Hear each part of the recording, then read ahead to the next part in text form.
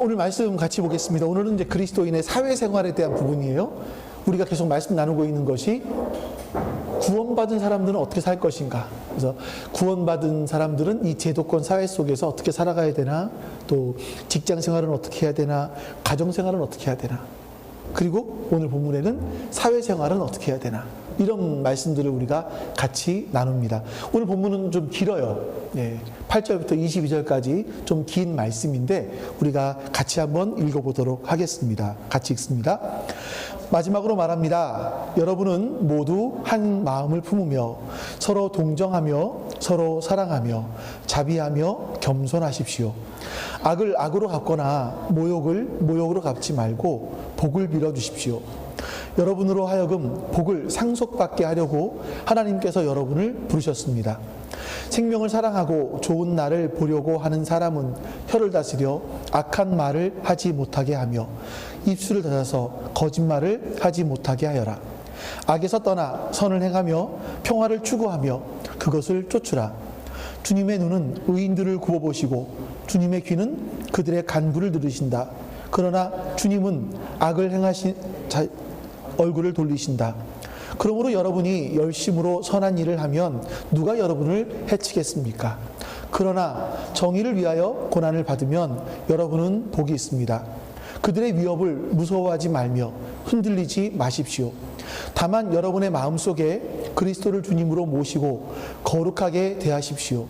여러분이 가진 희망을 설명하여 주기를 바라는 사람에게는 언제나 답변할 수 있게 준비를 해 두십시오. 그러나 온유와 두려운 마음으로 답변하십시오. 선한 양심을 가지십시오. 그리하면 그리스도 안에서 행하는 여러분의 선한 행실을 욕하는 사람들이 여러분을 헐뜯는 그 일로 부끄러움을 당하게 될 것입니다. 하나님께서 바라시는 뜻이라면 선을 행하다가 고난을 받는 것이 악을 행하다가 고난을 받는 것보다 낫습니다. 그리스도께서도 죄를 사하시려고 단 한 번 죽으셨습니다. 곧 의인이 불의한 사람을 위하여 죽으신 것입니다.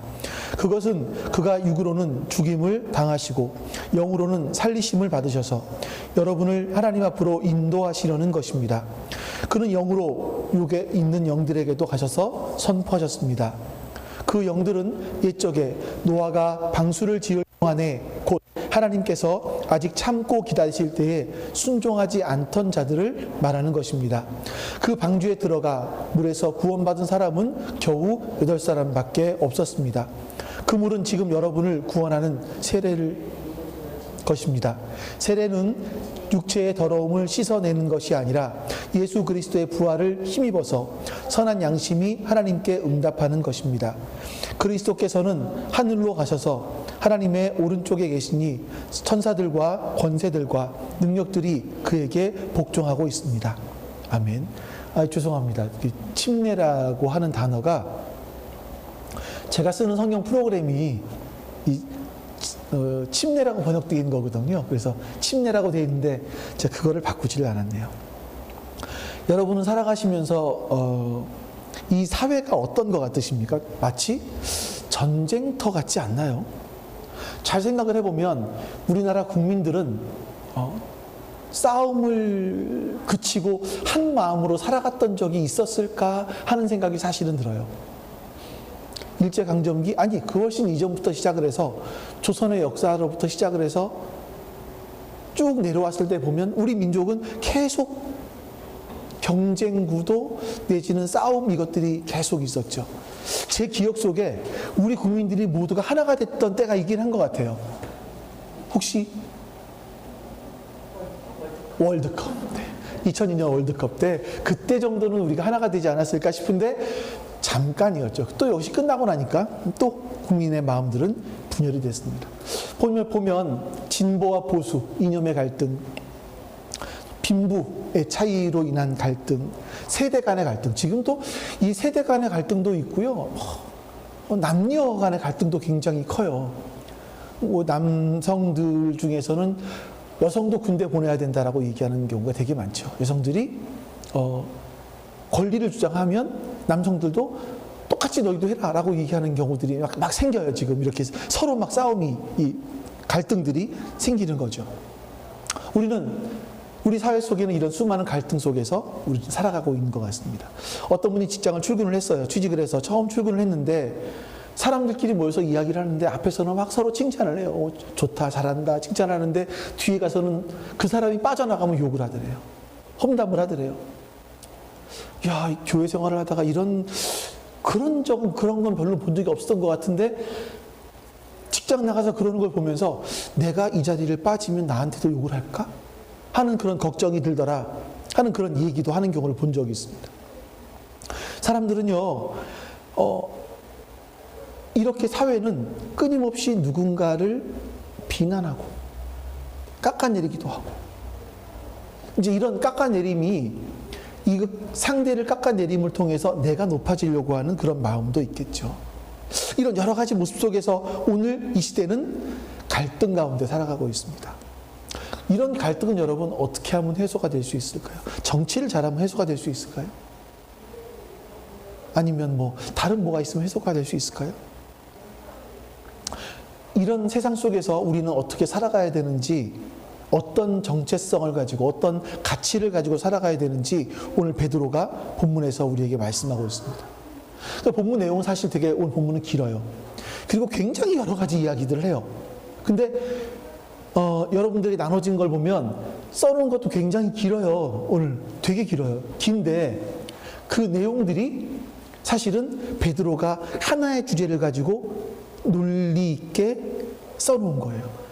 이럴 때는 이렇게 해라 라고 한 거고, 나름 제가 거기서 그 논리들을 찾아서 여러분과 같이 나누는 거죠.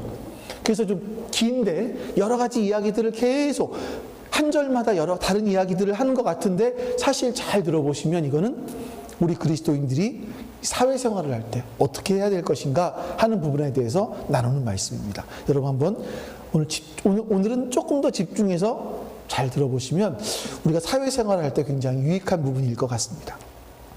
유익하다는 말은 부족한 것 같아요. 사회생활은 우리 그리스도인들은 이렇게 해야 될 것 같습니다. 자, 첫 번째 8절에 보면요, 우리 그리스도인들이 먼저 추구해야 될 가치가 5가지가 있어요. 마음의 준비라고 할 수 있는데, 자, 여기서 마지막으로 말합니다 하면서 여러분은 모두 5가지, 한 마음을 품으며 서로 동정하며 서로 사랑하며 자비로우며 겸손하십시오, 이렇게 5가지를 이야기를 하죠. 자, 한 마음을 품다, 이거는 하모니예요. 하모니, 조화. 조화로움의 반대는 뭘까요? 조화롭다의 반대는 뭐죠?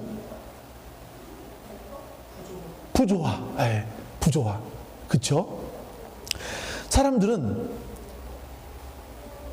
조화보다는 부조화.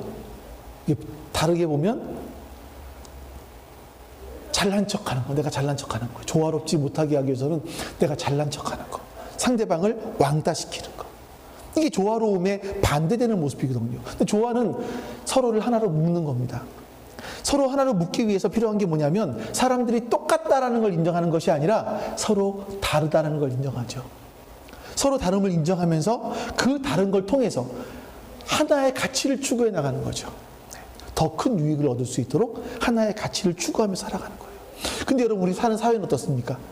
자, 이 말씀과 현재 우리와의 사회가 어떤지를 비교해 보세요. 일반적인 우리의 사회 속에서는 하나됨을 추구하지 않고, 물론 기업의 이념 속에서는 하나되라고 하죠.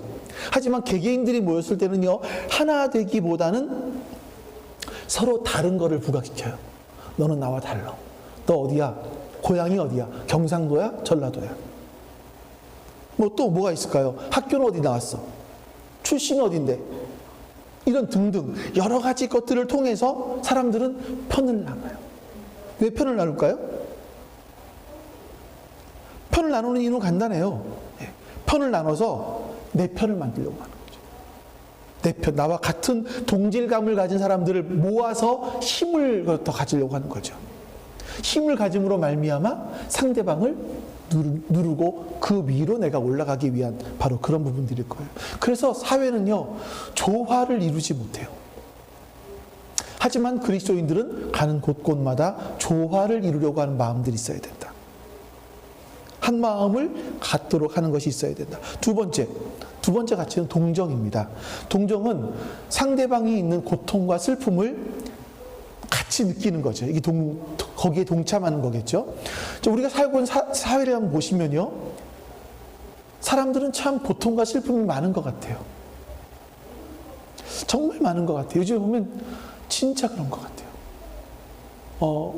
우리 교회 가서 공부하는 아이들도 봐도 어쩜 아이들이 이렇게 상처가 많을까? 가장 큰 거는 부모가 어쩌면 이렇게 편애를 할까? 와, 그 편애가, 아우, 쟤는 안 돼요. 둘째는 괜찮은데요? 쟤는 안 돼요. 이러는 경우들이 너무나 많은 거예요. 그 편애를 통해서 큰 첫째 아이가 상처를 받아요. 사랑한다고 말하는데 우리는 끊임없이 그 사람들의 아픔과 슬픔에 동참하는 것이 아니라 편애하면서 나누는 거죠. 사람들은 부모의 잘못된 사랑, 친구들 간의 잘못된 사랑, 어떤 이런 것들로 말미암아 여러 관계들 속에서 상처들을 많이 받고 자라요. 이 사회가 또 마찬가지로 우리에게 슬픔과 고통을 주죠. 자, 근데 사람들의 마음속에는 상대방의 슬픔과 고통, 아픔보다 나만 잘 먹으면 그래도 괜찮아요. 나만 아니면 돼. 이런 마음들이 우리 가운데 있죠. 하지만 우리 그리스도인들은 세상과는 다르게 동정하는 마음을 갖고 살아야 된다라고 말씀하는 거예요. 세 번째, 서로 사랑해라. 사랑하며, 여러분 사랑이라는 단어 뭐 기억나십니까? 아가페. 이게 근데 이 성경에서 유일하게 딱 한 번 기록됐는데 아가페로 기록되지 않았어요. 이 사랑은 우리가 필레오 사랑이라고 얘기하죠. 그 형제 간의 사랑, 형제 사랑. 이걸 얘기하는데 서로 사랑하며, 그래서 옛날에 개역 성경에는 형제를 사랑하며 이렇게 번역을 해 놓았어요. 형제 사랑에 대한 부분들. 이웃들을 대할 때, 아니면 직장 동료를 대할 때 아주 친밀한 형제 관계를 대하듯이 대하라. 하지만 여러분, 세상 어떻습니까? 가까이 가면 불편해요. 서로 가까워지면 불편해요. 제가 간혹 이제 어디를 가잖아요. 그럼 엘리베이터를 탈 일이 있잖아요. 제일 저도 불편할 때가 언제냐면 여자분과 제가 둘이 탈 때예요. 어떨 때 여자분은 안 타요. 근데 같이 탈 때가 있어요. 그러면 우리 남자분들은 어떻게 하십니까? 저 같은 경우는요, 같이 타면 제가 앞에 서버려요. 이렇게 버튼 누르는데 앞에 서가지고 여자분이 뒤로 가게 만들어요. 그게 뭐냐면 내 무언의 그 몸짓의 언어죠. 나는 당신에 대해서 아무것도 할 마음이 없어. 나는 당신한테 관심이 없어. 이런, 그런 거겠죠. 근데 더한 것이 뭐냐면 엘리베이터에 여러 사람이 탔어요. 그럼 어떠십니까, 여러분? 직장에서 어떠세요? 엘리베이터를 타면 어떠세요, 보통? 모르는 사람들이 여러 명 탔어. 대부분 다 서로 눈을 마주치지 않기 위해서 허공을 보거나 땅을 보거나 핸드폰을 보고 있죠. 우리는 서로 가까이 하는 게 되게 불편한 사람들이에요. 근데 우리들이 말하는 게 뭐냐면 너희들은 서로 사랑해라. 형제 간에 우애하는 것처럼 그렇게 사랑해 주어라 라고 말을 하는 겁니다. 네 번째, 자비로우며, 자비를 말하고 있습니다. 여러분, 세상은요, 세상은 겸손보다 교만과 갑질로 세상은 약자들에 대한 태도, 이거 이제 자비롭다라는 말은 약자들에 대한 태도를 말하는 거거든요. 그러니까 자기의 권리를 보장받지 못하는 사람에 대해서 따뜻하고 친절한 마음으로 대하는 것이 필요하다. 이런 거예요. 우리 그런 것이 필요하다. 마지막 겸손을 말하는데, 우리 살아가다 보면 사람들은요, 겸손보다는요, 교만함과 갑질을 하고 싶어요. 그래서 세상에서 강자가 되고 싶죠. 우리는 근데 그리스도인들은 강자로서 갑질하며 사는 것이 아니라 섬기며 살아야 된다라고 말씀하는 거죠. 자, 이게 되게 여러분 많은 것들을 제가 오늘 얘기를 해요. 그리스도인들이 마음에 품어야 되는 게 뭐냐면 조화를 이루어야 된다. 동정해야 된다. 사랑해야 된다. 자비로운 마음을 가져야 되고 겸손해야 된다. 이런 말씀을 하고 있습니다. 이건 여러분 보시면 이게 무슨 말이냐면, 이거는요, 일반적으로 세상 사람들이 살아가는 가치와 다른 걸 추구하라는 거예요. 여러분들 그것만 머리 좀 인식하시면 돼요. 세상은 편가르기와 부조화 이거를 하지만 우리는 조화를 꾸며 이루어 나가고, 잔인함 대신에 동정함을, 냉정한 마음 대신에 사랑하는 마음을, 무관심 대신에 친절한 마음을, 교만함 대신에 겸손의 마음을 가지고 살라. 세상과는 다르게 살아가라. 왜 이러냐면 이것은 예수님이 살아가셨던 삶이거든요. 우리는 예수님의 삶을 배우라라고 말씀하는 거예요. 자, 이렇게 이 5가지의 우리 내면 세계의 가치를 새롭게 한 다음에, 첫 번째 내면 세계의 가치예요. 새롭게 한 다음에 그 다음에 우리가 살아가야 될 삶의 방식을 말합니다. 우리 9절 말씀을 같이 한번 읽어볼게요.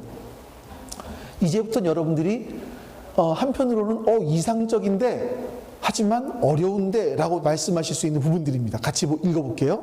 악을 악으로 갚거나 모욕을 모욕으로 갚지 말고 복을 빌어주십시오. 여러분으로 하여금 복을 상속받게 하시려고 하나님께서 여러분을 부르셨습니다. 우리가 악과 모욕을 받아요. 그러면 그 악과 모욕을 받았을 때 그대로 악과 모욕으로 갚지 말고 오히려 복으로 갚아주어라. 이렇게 말하는 거죠. 여러분은 어떻게 이 말씀을 어떻게 받아들이십니까? 이게 가능한가요? 왜 그런가 하면 우리 그리스도인들도 세상에 나가서 지지 않기 위해서 악은 악으로, 모욕은 모욕으로 갚는 모습들을 너무나 자주 보게 돼요. 멀리 갈 거 없습니다, 여러분. 가족 관계를 한번 보시면 그래요. 부부 관계, 또 부모 간의 관계, 이런 데 보시면 가족은요, 서로의 약점을 제일 잘 알아요. 그 사람이 뭐가 문제인지 제일 잘 알아요. 그러니까 서로 싸웠을 때 그 사람의 제일 약점, 그 사람의 아픈 부분들, 이거를 갖다가 건드려서 한 방에 날려버리는 거예요. 그러다 보면 서로 간에 상처, 그때부터 시작해서 가족은 가족이 아니라 적과의 동침이 되죠. 서로 간에 불편한 모습 이런 게 되는 거죠. 가족 간의 관계도 이렇다면 여러분, 세상 속에서 매일 만나지 않아도 되는 그런 사람들과, 그런 사람들이 나를 공격했을 때 어떻게 하겠습니까? 몇 배로 갚아주죠. 그런 마음들이 있는 거예요. 내가 이 사람이 나한테 일로 왔으면 난 하나만 갚습니까? 아니죠. 내 마음속에는 2배, 3배로 갚아주고 싶어요. 그럼 이 사람한테 내가 3배로 갚았어요. 그러면 이 사람은요? 이 셋만 갚습니까? 3배, 4배, 5, 6배로 갚아주고 싶어요. 이러다 보니까 서로 이 싸움들이 점점점 커지는 것을 우리는 볼 수 있습니다. 근데 성경은요, 악과 모욕으로 갚는 대신에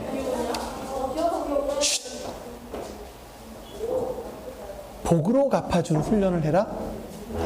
복을 빌어주어라. 이렇게 말씀을 하고 있는 겁니다.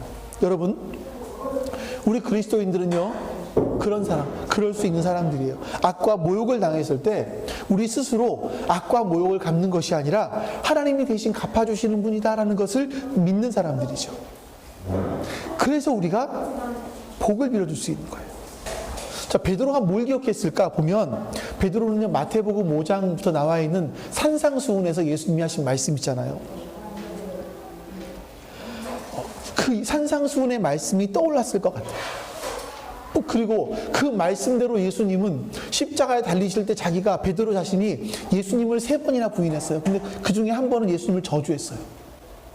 그러면 예수님 부인했는데 예수님은 부활하시고 베드로를 다시 불러서 나에게 내 양을 먹여라, 내 양을 쳐라 말씀하시는 그 예수님이 떠올랐을 거예요. 그 예수님의 말씀과 예수님의 직접 살아내신 그 삶을 기억하면서 베드로 역시 자신에게 모욕을 주고 자신에게 악을 행하는 사람들에게 오히려 복을 빌어주는 삶을 살았던 거죠. 보세요, 여러분. 다른 종류의 삶이에요. 다른 종류의 삶. 제가 오늘 아침에 이제 사모님과 저희 아이를 데려가기 위해서 집에를 아침에 갔다 와요. 갔다 오는데 제가 차를, 저희 집 앞은 아니고 저희 집 앞은 골목 안으로 들어가기 때문에 골목 바깥쪽에 차를 딱 세워놓고 있었어요. 근데 어떤 차가 딱 쓰더니 저보고 좀 비켜달라고 얘기를 해요. 제가 그 차가 누구네 차인 줄 알아요. 누군지도 알고. 그 사람은 아무데나 차를 대는 사람이에요. 차를 대놓고 전화도 안 받아요. 우리 집 앞에 차를 대놓고, 제가 차를 대는 자리에 차를 대놓고 전화도 안 받아요. 문자를 보내도 답도 없어요. 빼주지도 않는 사람이에요. 이게 한두 번이 아니었거든요. 근데 굉장히 괘씸했어요. 속으로 내가 옛날에. 근데 이 사람이 지금은 어떻게 하냐면, 이제 제가 항상 그렇게 문자를 몇 번 보내고 하다 보니까 더 이상 거기를 대지는 않는데 다른 집의 주차장에다 대는 거예요. 제가 제 마음속 한편에 이게 꼴보기 싫은 거예요, 이게. 얘는 왜 여기다 차를 대지? 이게 꼴보기 싫은 거예요. 근데 그 사람이 오늘 아침에 저한테 차를 비켜달래요. 차문을 딱 열고 어떻게 했을까요? 마음속에서는 야, 여기 니네 집 아니잖아 이러고 싶었는데, 제가 이 설교를 준비했잖아요. 복을 빌어주어라. 그래서 제가 네 하면서 자리를 비켜줬어요. 속 안의 마음속에서는 이게 지네 집도 아니면서 어디다 나한테 차를 빼달라고 말라고, 이런 생각들을 하면서. 여러분, 왜 이렇게 해야 됩니까? 그리스도인들은요, 세상 사람들과 똑같은 사람들이 아니다. 똑같은 방식으로 살아가는 사람이 아니에요. 똑같이 복수하고 똑같이 원수 갚는 삶을 살아가는 사람들이 아니기 때문이에요. 우리는 오히려 복을 빌어주는 삶을 살아야 됩니다. 자, 그래서 베드로 사도가 뭘 말하냐면, 시편 34편을 이용해서 우리의 언어 생활을 너희가 잘 다스려라. 네 언어를 잘 다스리라 라고 얘기합니다. 10절 말씀 볼게요. 생명을 사랑하고 좋은 날을 보려고 하는 사람은 혀를 다스려 악한 말을 하지 못하게 하며 입술을 닫아서 거짓말을 하지 못하게 하여라. 시편 34편 말씀이거든요. 자, 그리스도인들은 세상 사람과 똑같이 살아가지 말아라. 어떤 사람이요? 생명을 사랑하고 좋은 날 보려고 하는 우리 그리스도인들, 하나님 백성들은 세상과 똑같은 말하지 말아라. 세상과 똑같이 거짓말하지 말고 악한 말하지 말아라 라고 말씀하는 거죠. 세상은요, 자연스럽게 거짓말을 하고요, 자연스럽게 악한 말을 합니다. 우리 그리스도인도 교회를 다닐 수 있지만 훈련이 안 되면, 이 언어의 습관, 언어의 훈련이 안 돼 있으면 여전히 거짓말할 수 있고요, 여전히 악한 말을 할 수 있습니다. 이게 너무나 자연스럽습니다. 근데 성경은 분명히 말합니다. 너희가 생명을 사랑하고 좋은 날을 보려고 한다면 너희들 악한 말하지 마, 거짓말하지 마, 세상과 다르게 살아. 왜냐하면 우리가 변화되기 위해서 가장 먼저 필요한 것은 언어 생활이에요. 여러분들 문자 메시지, SNS 이런 것도 잘 하셔야 돼요. 이것도 우리 언어 생활이거든요. 내 입장에서 문자를 보내는 것이 아니라 상대방의 입장에서 우리는 문자를 보낼 수 있어야 돼요. 이런 부분도 우리가 필요한 거죠. 자, 11절. 그 다음에 뭐라고 말합니까? 시작. 악에서 떠나 선을 행하며 평화를 추구하며 그것을 쫓으라. 여러분, 잘 보면 세상은 선을 추구하지 않아요. 자기 이익을 추구하죠. 평화? 별로 관심 없어요. 근데 그리스도인들은 뭘 추구합니까? 악을 떠나서 선을 행하고 평화를 추구하며 쫓는 사람들이 우리 그리스도인들이란 말이에요. 이걸 어디서 해요? 교회에서? 아니요. 교회가 아니라 이거는 우리의 싸움이 벌어지고 있는 전쟁터와 같은 세상 속에서 그렇게 하라라고 말씀하는 거예요. 우리는 그리스도인들은 평화를 추구하는 사람들이 되어야 한다라고 말씀하는 거죠. 이런 삶은요, 세상 사람과 다른 삶이에요. 우리는 전혀 다른 가치관을 가지고 있기 때문에 전혀 다른 삶을 살 수 있는 거죠. 여러분 보세요. 기도는 열심히 해요. 성경은 줄줄 외워요. 근데 세상에 나가서 끊임없이 갈등을 부추기고 상처를 주는 사람들이라면 그건 신앙생활을 제대로 못하고 있는 거라고 볼 수 있어요. 우리는 신앙생활이라는 건 뭐냐면 끊임없이 상처를 내는 사회 속에서 선과 평화를 추구하는 삶이에요. 여러분들이 살아갔던 그 삶의 자국 뒤에 뭐가 남아야 되는가 하면 상처와 분쟁, 싸움, 분노, 이게 남는 것이 아니라 선과 평화가 남을 수 있어요. 여러분들이 있던 그 자리에, 여러분 직장에서 나오면 그 나온 자리에서 선과 평화가 남아 있어야 돼요. 이렇게 사는 것이 신앙생활이에요. 신앙생활이란 여러분 교회에 와서 뭐 예배 드리고 이게 신앙생활이 아니에요, 여러분. 이것만 아니에요. 말씀 들은 걸 사회에서 어떻게 실천해 내느냐가 신앙생활이죠. 자, 그럼 여러분 보세요. 이렇게 세상 사람들은 다 악을 행하려고 하고 서로 악을 행하려고 하고 자기의 이익만 추구하는데 내가 선을 행하고 평화를 추구한다면 나는 손해보는 거 아닌가? 여러분 손해보지 않을까요? 손해보는 삶이 아닐까요? 9절로 다시 한번 돌아가 볼까요? 다음 페이지. 악을 악으로 갚거나 모욕을 모욕으로 갚지 말고 복을 빌어 주십시오. 왜? 여러분을 하여금 복을 상속받게 하시려고 하나님께서 여러분을 부르셨습니다. 하나님께서 우리를 불러주셨는데 우리는 어떤 존재인가 하면 하나님의 복을 상속해 주시기 위해서 우리를 부르셨단 말이에요. 우리는요, 하나님의 복을 상속받을 사람들이에요. 하나님의 복을. 이럴 때는 여러분들이 아멘 한번 하셔야 되는 거예요. 하나님의 복을 우리는 상속받을 사람들이란 말이죠. 여러분, 우리는 이걸 기억해야 돼요. 그래서 하나님의 복을 상속받을 사람이기 때문에 우리는 세상의 복을 빌어줄 수 있는 거예요. 그래서 여러분 다니면서 사람들에게 만나는 사람에게 복을 빌어주세요. 예? 여러분, 오는 손님에게 복을 빌어주세요. 하나님의 이름으로 축복합니다. 이러면 그 사람 약간 핀트가 갔는데 이러니까 그렇게는 하지 마시고 만나서 뭔가 있으면 여러분들이 그 사람과 관계를 잘 알게 되신다면 격려해 주시고 힘든 부분이 있으면 위로해 주시고. 사람들은요, 밤낮 자기만 생각하면 우울해요. 성경은 끊임없이 너만 들여다보지 말고 사람들을 좀 봐. 정말 불쌍하고 힘든 사람들이 훨씬 많지 않니? 너 그 사람들 위로해주고 격려해줘. 이게 하나님 말씀 아니겠습니까? 그래서 우리는 복을 빌어주는 거예요. 거기다가 12절에 자 보세요. 같이 또 읽습니다. 주님의 눈은 의인들을 구워보시고 주님의 귀는 그들의 간구를 들으신다. 그러나 주님은 악을 향하는 자들에게서는 얼굴을 돌리신다. 복을 빌어주며 살아갈 때 우리가 손해를 보는 것 같은데, 아무도 나에 대해서 알아주지 않는 것 같은데, 아무도 주목해주지 않는 것 같은데, 사실 하나님은 우리를 보고 계신다고요. 하나님의 귀는 우리의 간구에 귀를 기울이고 계신다고요. 여러분, 좀 믿으시길 바라요. 우리가 이렇게 살아갈 때, 복을 빌어주는 삶을 살아갈 때, 선을 행하고 평화를 이루어가며 사람들한테 복을 빌어주는 삶을 살아갈 때 누가 주목해 보시냐면 하나님께서, 하나님의 눈이 우리를 주목해 보고 계세요. 하나님의 귀가 우리의 간구를 듣고 계신다고요. 아멘? 아멘. 우리랑 이거 정말 아멘 하셔야 돼요. 우리는 하나님께서, 하나님의 눈과 귀가 우리를 향하고 있다는 것을 믿는 사람들이 우리들이에요. 그렇기 때문에 우리는요, 이 사회 속에서 세상과는 다른 가치를 추구하지만 그럼에도 불구하고 살아갈 수 있는 거죠. 살아갈 수 있는 거죠.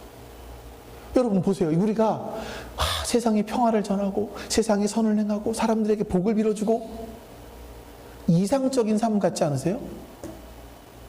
좀 우리가 좀 나이가 들면 이제 이게 이상적이긴 한데 참 얼마나 힘든데 라고 생각하실 수 있을 거예요. 분명히. 맞습니다. 이런 삶은요, 굉장히 이상적이고 멋있어 보여요. 마치 인도의 간디가 우리나라에 온 것 같은 그런 모습, 그런 삶. 마치 세상에 평화를 이루어낼 수 있는 것 같은 그런 삶처럼 보이지만, 우리가 이런 삶을 살아갈 때 우리 뒤에 따라오는 것이 있다고 얘기를 해요. 우리가 세상과는 다른 가치관을 추구하며 살아갈 때 우리에게 따라오는 것이 있다고 얘기를 해요. 13절, 14절 말씀 같이 한번 읽어보겠습니다. 그러므로 여러분이 열심으로 선한 일을 하면 누가 여러분을 해치겠습니까? 그러나 정의를 위하여 고난을 받으면 여러분은 복이 있습니다. 그들의 위협을 무서워하지 말며 흔들리지 마십시오. 자, 이게 물음표 두 번째 줄에 무슨 물음표까지로 끝났으면 얼마나 좋겠어요. 여러분이 열심으로 선한 일을 하면 누가 여러분을 해치겠습니까? 끝나면 얼마나 좋겠습니까? 그런데 베드로서는 뭐라고 얘기하냐면 그 다음에 나쁜 이야기를 해요. 그러나 정의를 위하여, 이 정의라는 단어와 선한 일이 같은 얘기거든요. 선한 일을 하다가 고난을 받으면 여러분은 복이 있습니다.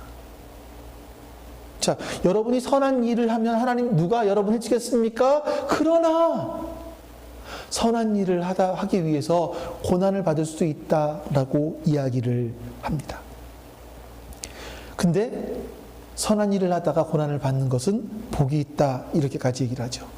여러분, 성경은요, 우리가 사회생활 속에서 선한 일을 할 때 고난을 받을 수 있다라고 얘기를 합니다. 자, 왜 그렇습니까? 세상 사람들이 살아가는, 추구하는 방식과 성경에서 말씀하고 있는 그리스도인의 삶의 방식이 너무나 달라요. 세상에서부터 공격을 받는 거예요. 자, 예를 한번 들어볼게요. 서건인의 회사는 식사를 하고 커피를 웬만하면 마시지. 그럼 주로 나가서 먹고 마시고 오는 거야? 아니면은 회사 내에서 뭔가가 있어? 회사 내에 커피도 있고. 이제 보면 좀 나이가 드신 분들은 아나 이런 거보다는 믹스 커피를 많이 드실 거 아니에요? 요즘엔 안 그런가요?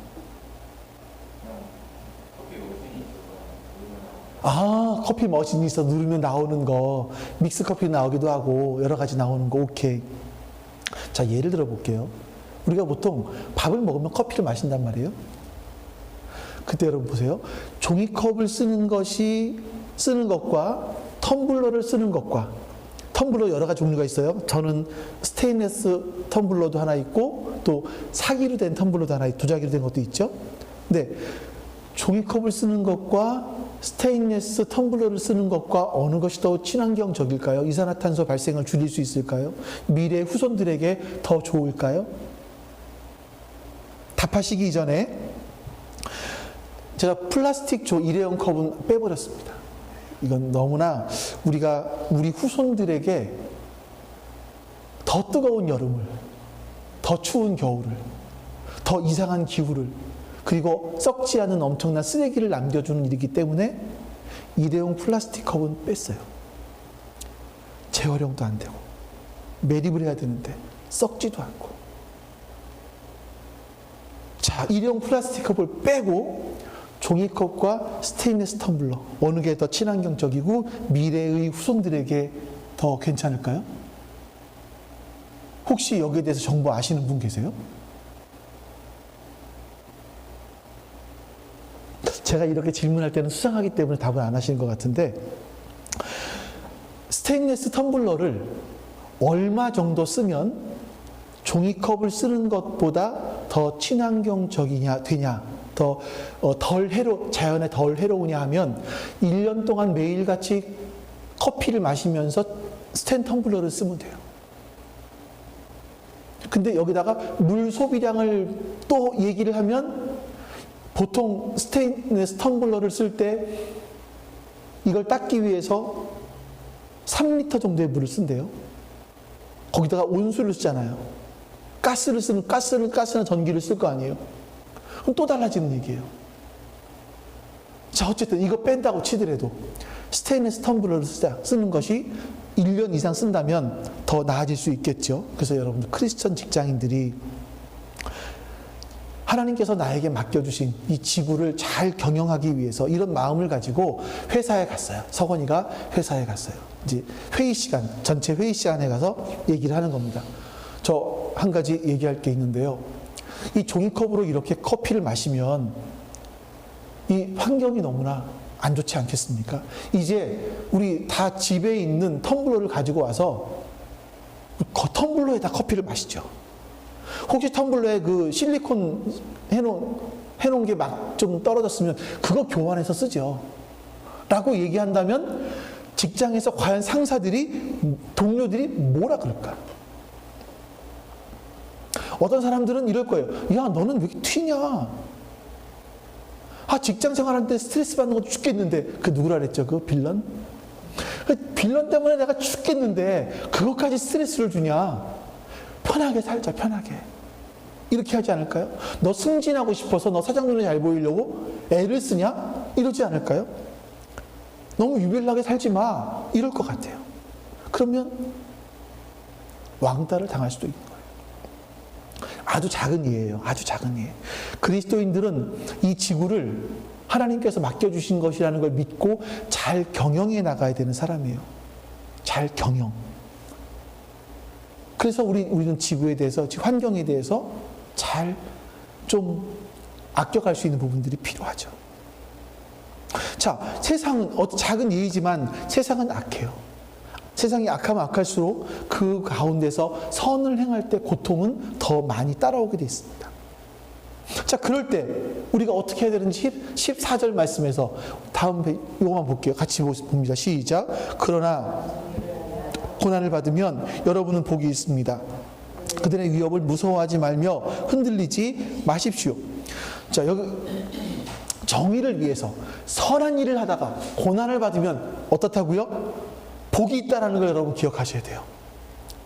베드로 사도는 예수님께서 말씀하신 팔복을 떠올렸을지도 모르겠어요. 의를 위하여 박해를 받는 사람들은 복이 있나니 천국이 그들의 것이며. 이 말씀이 떠올랐을 것 같아요. 여러분, 이 복이라는 것이 이 땅에서 성공인지 아니면 부귀영화인지 이건 아닌지는 모르겠습니다만 하나님만이 주실 수 있는 복이 있대요. 정의를 위해서 고난을 받을 때 하나님만 주실 수 있는 그 복이 있대요. 그것이 이 땅의 것인지 아닌지는 모르겠어요. 하지만 그 복이 있다고 말합니다. 여러분들이 어리석은 행동을 해서 문제를 일으켜서 고난을 받는 거, 그건 안 되겠죠. 하지만 선을 행하다가 평화를 추구하다가 고난을 받는다면, 사람들이 약간 이렇게 딸을 시키려고 한다면 여러분 기뻐하십시오. 왜요? 하나님의 눈은 여러분을 보고 계세요. 하나님의 귀는 여러분들 향해 여러분들의 간구를 듣고 계세요. 하나님의 눈과 귀가 여러분 위에 있기 때문에 여러분은 복이 있는 사람들입니다. 두 번째, 그렇기 때문에 여러분 사람들이 위협해요. 그때 쫄지 말래요. 무서워하지 말래요. 그 세상의 위협에 대해서 쫄지 말고 흔들리지 말라고 말합니다. 왜요? 하나님이 주님이시기 때문에. 우리는 하나님만 두려워한, 이 두렵다라는 말이, 무서워한 이 말이 경외라는 뜻이에요. 우리가 경외할 대상은, 무서워할 대상은 하나님밖에 없어요. 그래서 우리는 하나님만을 두려워하기로 한 사람들이기 때문에 세상에 대해 쫄지 말아라. 그럼 어떻게 하면 안 쫄죠? 쫄지 말자 하면 안 쫄아요? 저 해보니까요, 안 되더라고요. 쫄지 않기 위해서는요, 훈련을 해야 돼요. 여러분들에게 어떤 이런 거죠. 여러분들의 작은 문제 중에서 여러분들 안에 어떤 두려움을 주는 문제가 있을 수 있어요. 이게 안 되면 어떡하지? 이런 문제가 있을 수 있어요. 근데 그 문제에 대해서 여러분들이 자유해질 수 있도록 스스로를 훈련하셔야 돼요. 뭔가 길을 찾으셔야 돼요. 거기서 뭔가 길을 찾아서 내가 이 문제에서 자유로워질 수 있어야 돼요. 안 그러면 계속 그 문제에 걸려 거기 또 넘어가고 또 넘어가져요. 여러분들의 삶 속에서 여러분들을 두렵게 하는 문제들이 있을 수 있어요. 해결하셔야 돼요. 그거 해결하지 않으시면 계속 그것들이 우리를 넘어뜨리려고 해요. 우리는 계속 그 문제에서 다시 쓰러지고 또 쓰러져요. 말씀으로 해결하셔야 돼요. 쫄지 마십시오. 흔들리지 마십시오. 세 번째, 그 다음에 15절 보시면, 다만 여러분의 마음속에 그리스도를 주님으로 모시고 거룩하게 대하십시오. 첫 번째가 이거예요.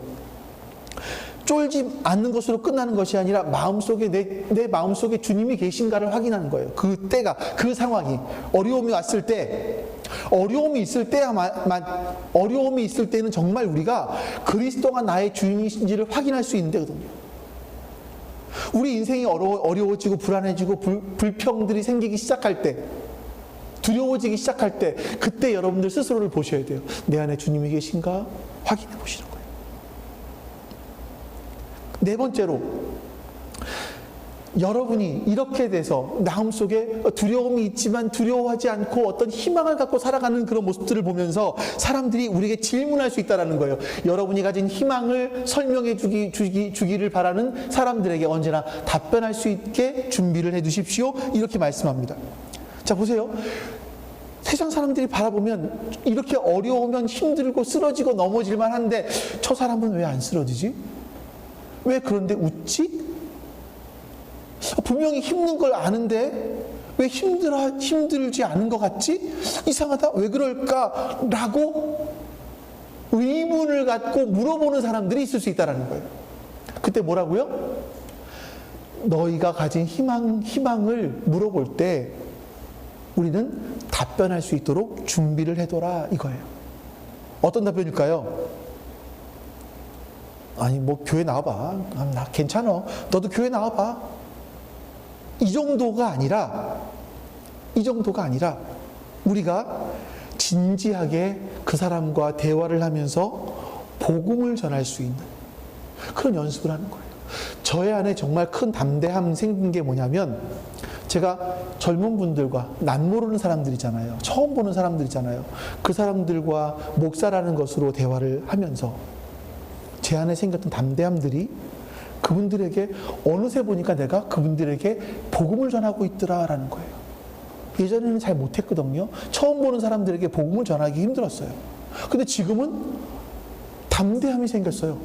예수님을 전하고 있더라고요. 내가 이렇게 할 수 있는 건 나는 새로운 가치를 갖고 있는 사람이기 때문이야. 너도 예수님 믿어서 새로운 가치를 가지고 살아가 봐 라고 이야기하고 있더라니까요, 제가. 근데 이렇게 해주기 위해서 여러분들이 무언가 말해줄 수 있는, 답변해줄 수 있는 것들이 필요하다는 거예요. 왜냐하면 그것은 그때가 사람들이 물어볼 때가 기회이기 때문에. 여러분 이렇게 할 수 있어요. 사람들이 교회는 꼭 다 그러냐? 이렇게 물어본 사람이 있어요. 왜 그런지 아세요? 그럴 때 여러분이 너 맨날 뭐 교회 가면 교회만 갖고 그래. 절은 어떤데? 이러지 마세요. 그 사람들이 교회는 왜 이러냐? 라고 물어본다는 건 뭐냐면 교회에 대해서 뭔가 물어보고 싶은 것이 있다는 거예요. 예, 궁금한 것이 있다는 거예요. 그럴 때 여러분들은 답변할 수 있도록 준비를 해 두셔야만 합니다. 마지막으로 다시 한번 또 16절에서 마음의 상태에 대해서 이야기합니다. 같이 읽어볼게요. 그러나 온유함과 두려운 마음으로 답변하십시오. 선한 양심을 가지십시오. 그리하면 그리스도 안에서 행하는 여러분의 선한 행실을 욕하는 사람들이 여러분을 헐뜯는 그 일로 부끄러움을 당하게 될 것입니다. 이 온유함이라는 것은 상대에 대한 마음이고 두려움이라는 것은 경외, 하나님에 대한 마음이고요. 선한 양심이라는 건 나 자신과의 관계를 말해요. 그러니까 내 안에서 상대방에 대해서, 하나님에 대해서, 나 자신에 대해서 바른 마음을 가지고 준비를 해라. 이렇게 말씀하고 있는 거죠. 자, 그러면 결론적으로 어떤 일이 일어납니까? 17절부터 21절까지인데 17절 먼저 보겠습니다. 같이 읽습니다. 시작. 하나님께서 바라시는 뜻이라면 선을 행하다가 고난을 받는 것이 악을 행하다가 고난을 받는 것보다 낫습니다. 사람들의 가치관 속에는 선을 행하면 뭘 받아야 돼요? 상을 받는다고 생각하지 않을까요? 우리들은요?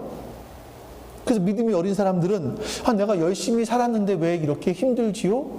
라는 의문이 생겨요. 베드로 사도는 뭐라고 답을 할까요? 하나님 뜻이라면 선해도 고난을 받을 수 있는 거야 라고 얘기합니다. 내가 신앙생활도 열심히 했고요, 바르게 살려고 애를 썼는데 왜 나는 이렇게 일이 꼬이지요?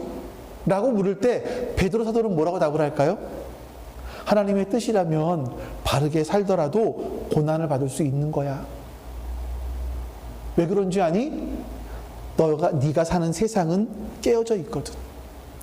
우리가 살고 있는 세상은요, 망가져 있어요. 이 세상은 천국이 아니에요, 여러분. 선을 행했다고 해서 칭찬해주는 그런 곳이 아니에요. 선을 행했을 때 오히려 어려움을 겪을 정도로 이 세상은 여러분, 이렇게까지 들으시니까 나쁜 소식만 들으시는 것 같지 않으십니까? 성경에서 그렇게 말씀하고 있어요. 자, 근데 여기서 베드로 사도가 이런 말을 합니다. 18절 말씀 보겠습니다. 볼게요. 그리스도께서도 죄를 사하시려고 단 한 번 죽으셨습니다. 곧 의인이 불의한 사람을 위하여 죽으신 것입니다. 그것은 그가 육으로는 죽임을 당하시고 영으로는 살심 받으셔서 여러분을 하나님 앞으로 인도하시려는 것입니다. 자, 우리 마음속에 그런 생각이 들잖아요. 왜 선을 행할 때 고난을 당해야 되지? 라는 마음이 들었을 때 베드로 사도가 하는 말이 뭐냐면, 왜냐하면 우리 영혼의 구세주이시고 목자이신 우리 주님도 선을 행하시다가 고난을 당하셨어. 우리 목자가 그러셨다면 그 목자를 따라가는 우리들 역시 선을 행하다가 고난받는 게 당연한 게 아니겠니? 그리고 예수님의 고난은 의미 없는 고난이 아니야. 의로우신 예수님은 불의한 사람을 위해서 대신 죽으심으로 말미암아 불의한 우리들을 하나님께로 인도하시는 거야. 인도하시기 위한 고난이야. 마찬가지로 너희들 역시 선을 행하다가 평화를 이루어가다가 어려움을 당한다면 그것은 그들을 하나님께로 인도하기 위한 고난인 거야 라고 말을 하는 거죠. 여러분, 베드로 사도의 관점을 한번 보세요. 이 베드로 사도는요, 예수님밖에 모르는 사람인 것 같아요. 아내들에게 뭐라 그러니까? 당신들 아내들 믿지 않는 남편들과 살아간다면 너희들 남편들에게 복종해라, 순복해라. 왜? 그걸 통해서 남편들이 구원받을 수 있을지 모르잖아. 베드로의 관심은요, 거기에 가 있는 것 같아요. 자, 그리고 이제 그 다음이 사실은 문제예요. 베드로전서에서 가장 해석하기 어렵고 지금도 학자들 안에 계속 싸우고 있는 내용이 19절부터 22절까지 있는 말씀이에요. 그냥 띄어만 주세요. 이거 읽지는 않을 건데, 자, 생각해 보세요. 예수님이 죽으시고 다시 부활했잖아요. 그러면 죽으시고 나서 며칠 만에 부활하신 거죠? 며칠 만에? 3일 만에. 그럼 그때 어디 계셨을까요, 예수님? 3일 동안. 죽으신 그동안, 부활하시기 전까지 어디 계셨을까요? 뭐라 그러냐면요, 예수님은 영으로 옥에 있는 영들에게도 가셔서 복음을 선포하셨다라고 말씀해요. 근데 그럼 그 옥에 있는 영들이 누구냐라고 했을 때, 그 영들은 옛적에 노아가 방주를 지을 동안에 곧 하나님께서 아직 참고 기다리실 때에 순종하지 않던 자들이다. 그때에 물에 빠져 죽은 사람들이다 라고 이야기를 하는 거예요. 그럼 이런 질문들이 생겨요. 아니, 그 옥은 뭐지? 노아 홍수 때 죽은 영혼들은 뭐야? 혹시 이순신 장군 같은 사람도 거기 들어가 있나? 이런 의문들이 생긴단 말이에요. 학자들은 계속 이거 가지고 논쟁을 해요. 여러분, 고린도후서에 나오는 말씀이기도 하지만 우리가 이런 논쟁들이 있을 때는요, 어려운 부분들이 있을 때는 우리의 무지함으로 이것들을 억지로 해석하려고 하지 말고 그냥 신학자들이 논쟁하게 내비두세요. 근데 여기서 강조하는 게 있어요. 예수님의 죽음의 목적이에요. 보세요. 예수님은 고난받고 죽으셨는데 그것이 우리를 하나님께로 인도하실 뿐만 아니라 우리가 알지 못하는 어떤 다른 세계, 어떤 옥이라고 표현된 다른 세계가 있다는 거죠. 우리 어딘지는 몰라요. 있다는 거예요. 근데 그 세계의 또 다른 사람, 또 다른 어떤 존재들에게도 복음을 전하셨다는 거예요. 또 다른 세계 복음을 선포하셨다. 그걸 통해서 그들에게도 어떤 유익을 끼치셨다라고 말하고 있는 거죠. 우리는 너무나 짧게 나와 있기 때문에 여기가 어딘지도 모르고 어떻게 복음을 선포하셨는지도 모르고 그로 말미암아 어떤 일이 일어난지도 몰라요. 하지만 예수님은 십자가에 죽고 부활하심을 통해서 우리가 살고 있는 이 시대 속에, 이 세상 속의 사람들에게도 복음을 전하셨지만 옥에 있는 영들에게도 복음을 전하셨다. 또 다른 어떤 세계. 예수님 고난당하신 것은 목적 없는 고난이 아니라 분명히 어떤 영혼들에게 복음을 전하시기 위한 고난이었다. 목적 있는 고난이었다. 그로 말미암아 어떤 열매를 남기셨다라는 거예요. 이렇게만 이 말씀들은 그냥 간단하게 이해를 해 놓으셔도 될 것 같아요. 저도 이걸 해석하려면 모르겠어요. 본문도 봤는데 너무 어려워서 잘 모르겠어요. 자, 이제 말씀 마무리합니다. 본문은 참 듣기는 쉬워요. 이론적으로는 쉽습니다만 실제로 살아내려고 하면 고난이라는 것이 따라와야 된다고 하기 때문에 우리가 피하고 싶은 본문이죠. 세상은요, 싸움으로 가득해요. 거기에 우리가 5가지의 가치관, 이 가치관을 가지고 다른 종류의 삶을 추구하는, 다른 종류의 삶의 방식을 추구하며 살아갈 때 마치 그는 맨몸으로 세상의 거센 그 물결을 거꾸로 올라가는 것 같이 힘들 수 있어요. 위협을 당할 수도 있어요. 근데 성경은 말합니다. 우리에게 너희가 세상에서 선을 행하고 평화를 추구할 때 너희들은 복이 있다. 복이 있다는 걸 기억해라. 하나님은 그런 복을 주신다. 이걸 기억해라. 하나님의 눈과 하나님의 귀가 너희 위에 계속 머물러 있다는 걸 알아라. 그리고 그런 일을 할 때 쫄지 마. 흔들리지 마. 오히려 너의 내면 세계를 든든하게 하고 대답할 걸 준비하고 너희 내면의 세계를 안정해서 그들에게 너희가 사는 모습을 보여줘. 그 삶을 통해서 하나님이 어떤 분이시구나 라는 것을 질문할 때 그들에게 복음을 전할 수 있도록 준비해둬. 이런 말씀을 하는 거죠. 성경은 우리가 그렇게 살 수 있다라고 말씀합니다. 우리가 그렇게 살기 시작한다면 예수님께서 베드로를 포함한 사람들에게 말씀하신 그 팔복의 삶이 우리에게도 이루어지는 것일 겁니다. 저는 여러분과 저의 삶 속에 바로 그렇게 그리스도인으로서 하나님이 드러나는 그런 복된 모습들이 있기를 주님의 이름으로 축원합니다. 아멘. 하나님, 베드로 사도는 우리에게 너희는 예수 그리스도를 통해서, 예수 그리스도의 십자가 사건을 통해서, 부활하심을 통해서 새로운 존재가 되었기 때문에 이제는 새로운 가치를 추구하며 살아가라고 말합니다. 우리는 그렇게 살 수 있는 존재라고 말합니다. 우리는 세상에서 선을 행하며 평화를 추구할 수 있는 존재라고 말합니다. 그런 삶이 복되다 말합니다. 때로 그런 삶 가운데 고난이 올 수도 있겠지만 그 삶이 복되다고 말합니다. 왜냐하면 하나님의 눈과 하나님의 귀가 우리 위에 머물러 있는 그런 복된 자이기 때문이라는 거죠. 하나님, 우리가 깨닫게 해주시옵소서. 내가 어떤 존재인지 알게 해주시옵소서. 그리고 하나님, 그 어떤 존재임을 기억하며 우리의 삶을 살아갈 수 있도록 역사해 주시옵소서. 그렇게 살아갈 때 주님 힘을 더하여 주시옵소서. 여호와는 내게 복을 주시고 너를 지키시기를 원하며 여호와는 그의 얼굴을 내게 비추사 은혜 베푸시기를 원하며 여호와는 그 얼굴을 내게로 향하여 드사 평강 주시기를 원하노라. 아멘.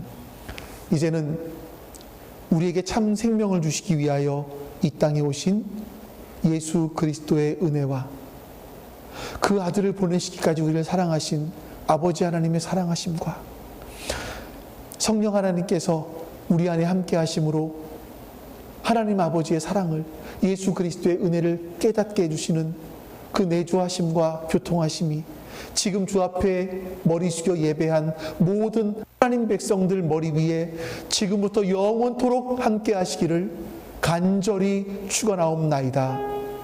아멘.